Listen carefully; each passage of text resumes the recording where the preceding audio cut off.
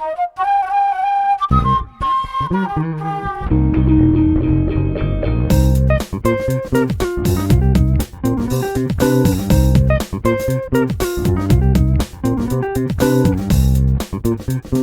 podcast de la semaine cette semaine, c'est Studio Carton C, présenté par Poyo et par Mythlamit.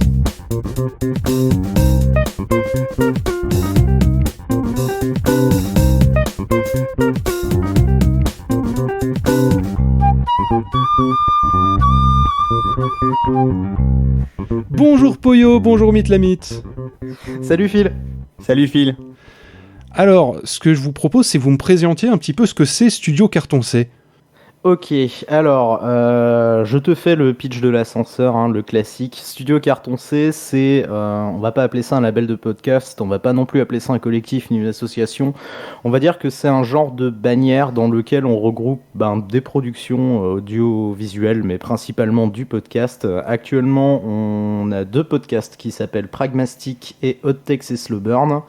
Et avec un peu de chance, on aura peut-être quelque chose de plus à un moment. Eh ben, on va commencer par présenter l'un des deux. Pourquoi pas Hot Takes et Slow Burn ?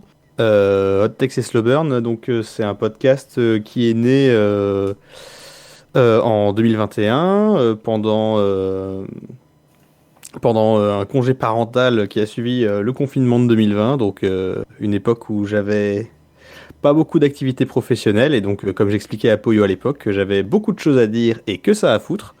Et du coup, initialement, ça devait être une pastille de 5 minutes où je racontais des bêtises dans Pragmastic, mais le problème c'est qu'on n'arrivait pas à intégrer ça proprement à la ligne éditoriale de Pragmastic et on a remis les choses à plat avec Poyo au mois d'avril ou mai et on a ensemble fait un petit peu la fiche de projet, le cahier des charges d'un podcast à part entière, donc qui allait s'appeler Hot Takes et Slow Burn, où l'idée c'est que je présente une idée un peu farfelue, une opinion un petit peu décalée que je peux avoir sur le monde du jeu vidéo qui sont nées en fait des réflexions que j'ai pu avoir en jouant à des jeux divers et variés, des trucs où je me suis dit tiens c'est marrant, par exemple pourquoi les Resident Evil s'arrêtent de faire peur à la moitié du jeu et pourquoi Resident Evil 6 ça fait pas peur alors que Resident Evil 1 et 2 ça faisait peur. Ouais. Ce que je propose, c'est qu'on s'en écoute un extrait. Eh ben, c'est parti. Est-ce que finalement Pokémon, ce serait pas un Metroidvania ? Oh là là. Ouf. Pardon. Oui. Parce que, regarde, dans Pokémon, il y a des étendues d'eau que tu peux pas traverser. Mais une fois que tu as battu un certain nombre d'arènes de champions, tu as la capacité surf qui te permet de traverser l'eau. Et ça, ce sont des nouveaux éléments de gameplay qui te permettent d'aller à de nouveaux endroits pour chercher de nouvelles choses. Du coup, c'est compliqué de dire que Pokémon n'est pas un Metroidvania finalement, si on regarde juste les critères forts de définition du genre.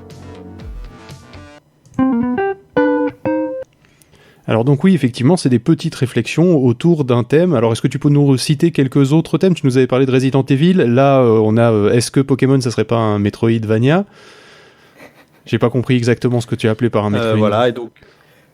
Parce que je vois Castlevania, je vois Metroid... Metroidvania, j'ai pas trop compris. Tu vois Castlevania Symphony of the Night ? Ouais. Le même genre. D'accord, ok. Oui, alors donc là j'ai fait une douzaine d'épisodes qui sont sortis, donc ça parle de choses diverses et variées. Il y a un épisode qui est consacré à Donkey Kong Country 3 où j'essaye de réintroduire le jeu dans son apport à l'histoire du jeu vidéo. Il y a un épisode où je parle de qu'est-ce que c'est un jeu moyen et est-ce que c'est intéressant ou pas que ces jeux moyens existent et est-ce que c'est intéressant ou pas d'y jouer. Il y a un épisode que j'ai tourné avec Poyo où on parle un petit peu de roguelite et de pourquoi beaucoup de roguelike et beaucoup de roguelite ont des graphismes 8 bits. L'idée à chaque fois c'est de faire toute proportion gardée une espèce de dialogue socratique où moi j'ai déjà ma réflexion qui va arriver à la fin de l'épisode et où je pose des questions à l'invité pour l'accompagner sur mon cheminement de pensée et arriver en fin d'épisode à cette opinion, à cette hot take qui en général provoque une réaction plus ou moins marquée. Parfois épidermique. Et voilà, le but en fait c'est double. D'épisode en épisode, c'est de faire marrer, parce que De la même manière que le podcast américain My Brother and Me des frères McElroy est un podcast humoristique déguisé en podcast de conseil, Hot Takes et Slow Burn est en fait a l'ambition en tout cas d'être un podcast humoristique déguisé en podcast de débat sur le jeu vidéo. Et donc, du coup, il y a un deuxième podcast sous la bannière Studio Carton C. Yes. C'est Pragmatic. J'y suis Ouais, arrivé. bien, Yes. bien, bravo, félicitations. Et donc, du coup, Poyo, est-ce que tu peux nous le présenter? Ouais, je peux. En même temps, c'est mon podcast, donc il vaut mieux. Et là, tu te rends compte que j'hésite parce que c'est incroyable. Non, Pragmatic, qu'est-ce que c'est? C'est un projet qui a pas mal évolué depuis le début parce qu'en fait, à la base, moi, j'étais parti pour faire une émission qui était un espèce d'équivalent pour ceux qui connaissent un petit peu le podcast francophone. C'était un peu le 2 heures du perdu du jeu vidéo. Et en fait, au fur et à mesure, on a un petit peu évolué. Donc en gros, le concept, qu'est-ce que c'est? C'est tous les mois, on se tape un jeu qui soit bon, mauvais. Ça, c'est à visualiser. 30 heures de C'est perdu, du coup.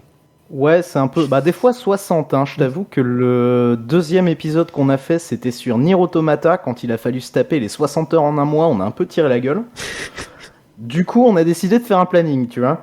Mais non, Pragmatic, c'est un petit peu réunir quatre. Enfin, le concept, moi j'aime bien le résumer comme ça. C'est réunir des potes autour d'une table pour débriefer autour d'un jeu. Et avec le temps, on a commencé à parler un petit peu plus de ce qui se passe autour de ce jeu-là.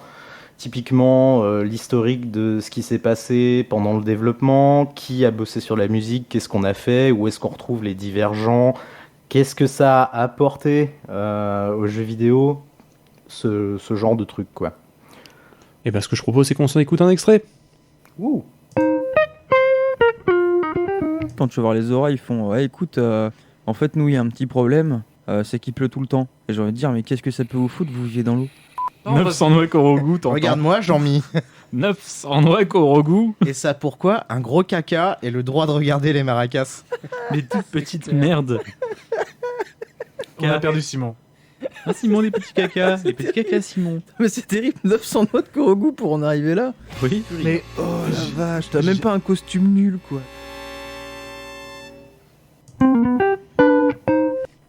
Et donc là, effectivement, on voit l'état dans lequel les gens sont après avoir perdu X heures de jeu. Oh, perdu, pour le coup, ça dépend des épisodes. Là, on n'avait pas vraiment non plus perdu notre temps sur donc le dernier Zelda en date, Breath of the Wild. Mais effectivement, il arrive que des fois, on joue à des trucs qui sont quand même un peu bof. Mais heureusement, on arrive quand même à trouver à chaque fois des trucs à dire dessus. Preuve étant qu'en général, en moyenne, on est sur un podcast très long qui va durer entre 1h45 et 2h30. Donc ça reste quand même quelque chose à suivre en long cours, quoi. Je vais profiter que ça soit le premier podcast dans un podcast de la semaine qui est une équipe. Comment vous vous êtes rencontrés? Alors, il se trouve que la plupart des gens qui sont en ce moment au micro de Pragmatic, je laisserai Mythe répondre pour ce qui est de HTSB. Pour le coup, ce sont des amis à moi. On se connaît depuis 10-11 ans. Et à force, on s'est rapprochés. Et quand j'ai eu la fameuse idée de tiens, si on racontait des conneries dans un micro en faisant croire qu'on est intéressant, il y en a quelques-uns qui ont suivi. On a commencé à 4 avec Fabien, Vincent et Simon. Et ensuite se sont rajoutés donc 3 autres du coup, puisque Mythe a fait une apparition, 3 autres collègues, amis, qui, je pense, avaient plein de trucs à apporter à l'émission. Et Mythe la Mythe? C'est un petit peu pareil, c'est-à-dire que la plupart des intervenants de Pragmatic, moi-même et une partie des intervenants dans Hot Takes et Slow Burn, en fait, on s'est connus via Internet, via un forum de jeux vidéo justement, qui faisait beaucoup d'événements en présentiel où on se retrouvait à un endroit pour partager un petit peu cette passion, et alors, ça a créé des liens assez forts. Ne mens pas aux gens, on se retrouve à des endroits pour boire des bières et jouer aux jeux vidéo. Hein. Ça oui. Et donc c'est comme ça que j'ai connu Poyo, c'est aussi comme ça que j'ai connu les gens de Pragma, hein, donc Vincent, Delphine, tout ça, Fabien, tout ce monde-là, en fait, on vient de là. Et en gros, la raison pour laquelle je suis pas dans Pragmastic, mais que j'ai mon propre podcast, c'est parce que j'habite pas au même endroit que les autres. Et sinon, je pense que moi-même, je prendrais ma petite voiture pour aller dans le studio de Poyo, et puis, ce serait une autre histoire, quoi. Et laisse-moi te dire que ce serait un vrai plaisir. Et vu qu'on parle de studio et de plaisir, est-ce que vous connaissez PodCloud? Ça se mange, non? C'est pas un plat à base de pois chiches? Vous êtes Non. insupportable. Ouais, je sais. Les gens vont pas avoir envie d'écouter ce qu'on fait, c'est terrible. Non, bien sûr, je connais PodCloud. Évidemment, je suis un avocat fervent défenseur de PodCloud depuis les premiers épisodes de Pragmastic, qui a quand même commencé en... alors, je me foutais de ta gueule intérieurement tout à l'heure, Mythe, en me disant, il connaît pas le début de son podcast, mais moi non plus. 2018, je crois. Donc, ouais, je connais PodCloud parce que dès que tu te renseignes un petit peu sur sur le podcast francophone, en fait, forcément, mathématiquement, à un moment, tu vas tomber dessus. Et vu que c'est les plus sympas, voilà. Et tu l'utilises, toi, au quotidien? Je l'utilise un peu. Je l'utilise pour faire de la veille surtout, pas spécialement comme une plateforme de diffusion, parce que ça, nous, on a en fait la particularité de s'auto-héberger de notre côté. Mais dès que je peux filer un coup de main à droite à gauche au niveau de PodCloud, je n'hésite pas. Même si je ne m'en sers pas personnellement. On est publié sur PodCloud, mais on n'utilise pas le service autrement que la publication. Mais tu t'as pas ta fiche dont t'as pris le contrôle, au fait? Si, j'ai Je ma le demande. fiche dont j'ai pris le contrôle, effectivement, mais j'y passe pas. Tout est géré en externe, pour le coup. D'accord, oui. Mais du coup, t'as pu rajouter tes petites icônes. Bien sûr, Eh tout ben à oui. fait. Les fameuses fait. petites icônes de Spotify, Bien sûr, tout partout. de Des icônes tout Twitter, partout. de Facebook. Ok, et toi, Oui, Poyo? de copains d'avant aussi. Et de copains d'avant. Il faut qu'on rajoute l'icône copain d'avant. Il faut. Et toi, Je vais y Mythe? Alors, et moi, Mythe, eh bien, PodCloud, c'est pareil, j'en ai entendu parler via Pragmastic, puisque j'écoute depuis juillet 2019. Et, Salaud. et vous voyez, c'est vrai que Poyo, il fait le gros effort de citer personnellement PodCloud à la fin de chaque épisode de Pragmastic, donc forcément, ça rentre dans l'oreille. Et puis, la plateforme est aussi très très active sur les réseaux sociaux, donc dès qu'on suit un petit peu du podcast, quand on parle à des gens, on vous retrouve dans les flux et on voit un petit peu l'étendue de tout ce que fait PodCloud, et c'est vrai que ça donne envie, ça donne confiance, et ça, enfin, pour moi, ça me paraît assez clair que c'est vraiment la plateforme d'hébergement qui a toutes les cartes en main pour dominer le game. Donc Oui, pour puis vous, de avant toute tout, c'est la façon, communauté, quoi. Grave. Grave. Et les C'est prix vrai. concurrentiels de l'hébergement à l'année. Parce que ça, sans déconner, faites le tour de ce qui peut vous héberger un podcast avec tout le reste de services. Vous allez voir que le rapport qualité-prix, il est incroyable. C'est parce qu'on a décidé de pas gagner beaucoup.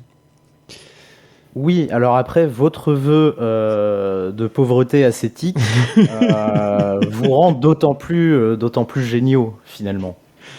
Sinon, revenons quand même sur des choses plus sérieuses. La question du mois de février, c'est quel est le conseil que vous auriez aimé avoir avant de vous lancer dans le podcast? Et on va commencer par Mythe la Mythe. Tiens. Je touche du bois en disant ça, mais j'ai l'impression que pour le moment, j'ai pas eu de plantage à cause de conseils que j'ai pas reçus. Donc c'est pas évident de répondre à Tu cette t'es question. jamais acheté un Après, micro que t'aurais pas dû t'acheter? Tu t'as jamais galéré bêtement pendant 2 jours sur un truc où t'aurais pu avoir un conseil en 15 minutes? Franchement, non. Et je suis super content de mon micro. Donc c'est mon premier micro avec lequel je fais du podcast. Donc mais alors après, je peux quand même réfléchir à des choses que j'aurais aimé qu'on me dise. Je pense que le truc que j'aurais aimé qu'on me dise, c'est peut-être quelque chose que j'ai entendu dans le premier épisode de Pod Tips, qui est aussi Podcast. hébergé par et présenté podcast podcast.tips, pardon. Ce podcast.tips qui disait que l'idée c'est juste de se lancer et que finalement les questions de matériel, de qualité du script et tout ça, c'est des choses qu'on peut acquérir et améliorer au fur et à mesure de la production et qu'il faut pas se prendre la tête à vouloir à tout prix faire quelque chose de parfait dès le départ. Je pense que c'était un très bon tips et ce conseil-là, je ne peux que le réitérer. Et du coup, Poyo, est-ce que toi tu aurais un conseil pour les gens qui justement donc soit se sont lancés, soit veulent se lancer, et un conseil que tu n'as pas eu et que tu souhaiterais pouvoir transmettre? Techniquement, j'en ai deux. Le premier, c'est certes, c'est pas nécessaire d'avoir du matos, par contre, il est nécessaire de bien savoir l'utiliser. Faire ses balances à l'avance, etc. Ça, c'est un truc, j'aurais aimé qu'on me le dise avant. Après, c'est quand même un truc qui te tombe dessus assez rapidement. Et le deuxième conseil que je peux donner, c'est si jamais vous avez un retour extrêmement négatif et pas sympa, battez-vous les couilles. Voilà. C'est Exercice très difficile. l'esprit. Certes, mais ça crée des running gags. C'est pas faux. C'est vrai que soyez entourés aussi pour pouvoir faire des running gags aussi, c'est mieux. Oui. S'entourer, je pense que c'est pas mal pour pouvoir encaisser les commentaires négatifs. Quand on est tout seul de l'autre côté de son micro, c'est effectivement un peu plus difficile. Eh bien écoutez messieurs, je vous remercie d'être venus. C'est nous qui te remercions. Attends, on fait de la promo gratos. Oui, mais vous faites de la promo pour PodCloud aussi au milieu de l'émission. Ah non, merde, j'ai dit mon concept de l'émission. Aïe, c'est moche. C'est moche. Pour les auditeurs, on se retrouve pour un épisode probablement plus calme. On se retrouve probablement pour un épisode plus calme la semaine prochaine. D'ici là, continuez tous à écouter des podcasts. Au revoir Mythe, au revoir Poyo. Salut. Salut tout le monde.